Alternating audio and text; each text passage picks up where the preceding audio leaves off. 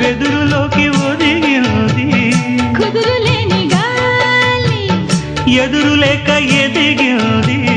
మధురగాన చేరి భాషలోన రాయలేని రాసలీల రేయిలోని భాషలోన రాయలేని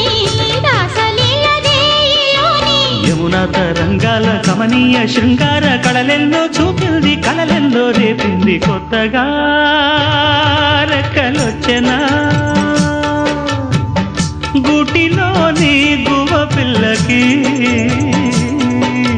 మెత్తగా